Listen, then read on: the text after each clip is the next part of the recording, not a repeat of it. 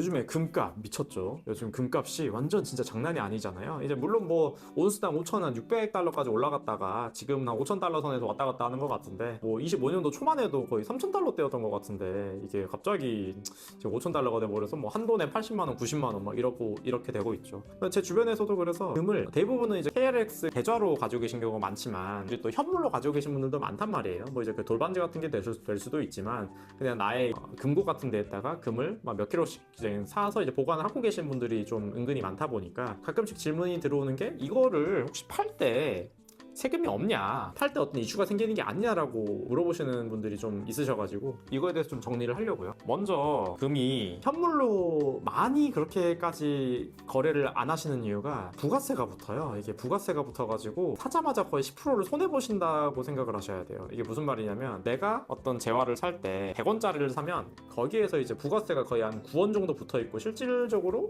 이제 이 물건의 값은 91원이란 말이죠. 근데 그 금 거래소 같은 데에서는 100원 중에서 9원을 받아가지고 9원을 이제 부가세로 납부하게 되어 있는 거고, 나는 어쨌거나 금을 91원에 산 거나 다름이 없다는 거죠. 나중에 팔 때는 이제 이 부가세를 내가 이제 받을 수는 없단 말이에요. 나는 금 사업자가 아니기 때문에. 예를 들어가지고 중고로 그냥 파시는 거면 모르겠는데, 금방에다가 그대로 파실 때는 이제 부가세를 못 받으세요. 그냥 91원에 파시거나 그거보다 더 저렴하게 파셔야 된다는 거죠. 여기까지는 많이 아시는 내용이지만, 금이 이게 뭐 한 돈, 두 돈, 뭐 10돈 이 정도 선이면은 그냥 그 정도로만 알고 계셔도 되지만, 내가 만약에 금을 100돈 뭐 한 몇 킬로 아무튼 이렇게 가지고 있으면, 이게 또 한 번에 매각하기가 조금 곤란하거나 나눠서 매각해야 된다거나 이런 경우가 생긴단 말이죠. 원칙적으로는 금 같은 재화를 일시적으로 파는 데 있어서는 소득세가 안 나옵니다. 그건 비과세예요. 왜 그러냐면 열거가 안 돼 있기 때문에. 금을 판 대금 그런 거에 대해서는 과세를 하겠다고 하는 규정이 없기 때문에 비과세라고 알고 계셔도 되는데, 문제는 이게 반복적으로 일어났을 때거든요.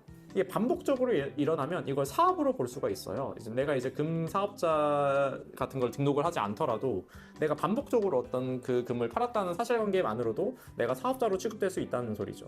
내가 사업자면 문제가 뭐냐면, 이제 금에 대해서 내가 부가세를 내야 돼요. 내가 부가세를 내야 된다는 거죠. 이렇게 생각을 하시는 경우가 없다 보니까 당연히 사업자 등록을 하시는 케이스는 없단 말이에요. 이제 이러면 이제 내가 부가세를 낼 생각도 당연히 못 하고 있고, 그다음에 내가 매입했었을 때는 내가 사업자가 아니었기 때문에 그 부가세를 돌려받을 방법도 없어요. 그러다 보니까 나중에 혹시라도 이게 문제가 생겼을 때는, 부가세는 부가세대로 가산세 붙여가지고 내가 뜯기고, 이제 국세청한테 내가 냈던 부가세는 환급받지 못하는 이런 아이러니에 빠질 수 있거든요. 이게 딱 정확하게 어떤 논리냐면, 가끔씩 그 당근마켓이나 뭐 번개장터 같은 데에서 이제 세금 두들겨 맞았다는 썰 들어보신 적 있을 거예요. 이게 왜 그러냐면, 이거랑 완전 똑같은 논리예요. 사업자로 볼 정도로 물건을 많이 팔고 사고 이랬으면, 네가 사업자 등록을 하든 안 하든지 간에 너는 도소매업자라고 볼 여지가 있다는 게 이제 세법 해석상 그렇다는 거죠. 말이 안 된다고 생각을 하시고 또 불합리하다고 생각을 하실 수 있지만, 또 현실이 그렇다 보니 또 이걸 저희가 완전히 무시할 수는 없거든요. 그래서 혹시라도 집에 금이 너무 많아요. 금이 많다거나 아니면 이제 거래 단위가 적어가지고 내가 금 1kg짜리 한 덩어리 가지고 있어서 그거 가지고 파는 거면은 뭐 상관없는데,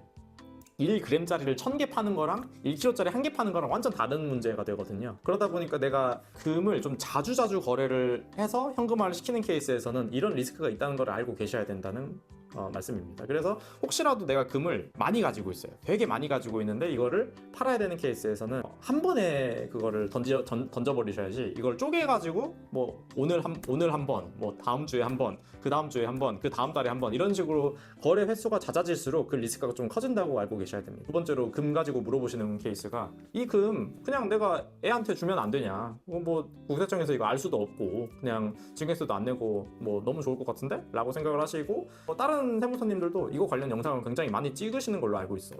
뭐 결론적으로 말씀드리면, 주시는 거는 얼마든지 주셔도 됩니다. 다만 이제 자녀분이 그 금을 관상용 금으로 그냥 뭐 구경만 하고 있으면 당연히 안 걸리는 거지만, 혹시라도 그 금을 현금화를 시킬 때는 어차피 드러나게 되어 있기 때문에, 그 부분에 대해서는 나중에 소명을 어차피 못 하시는 부분이고 증여세를 내셔야 되는 부분이다 보니까, 아무래도 일정 부분의 한계가 조금 존재하는 방법이다. 나중에 이거를 파실 때는 좀 매우 조심하셔야 돼요. 뭐 그 부분은 아무래도 영상으로 말씀드리긴 조금 조심스럽지 않을까요? 아무래도 금을 내가 이제 상속을 만약에 받게 되는 상황이 처해지더라도, 그걸 내가 신고하지 않는 이상 국세청에서 모르는 것도 마찬가지죠. 그러니까 증여랑 똑같습니다. 금 같은 현물재화, 동산재화는 어차피 뭐 외부로 공시가 되지 않기 때문에, 국세청에서 이거를 아버님 계좌를 뭐 하나하나 뜯어가지고 금을 언제 샀는지 뭐 이렇게 막 디테일하게 추적 들어오지 않는 이상은 금이 이동을 하는 것 자체를 추적할 수는 없다. 네, 오늘은 뭐 이 정도까지 좀 하면 좋을 것 같습니다. 네.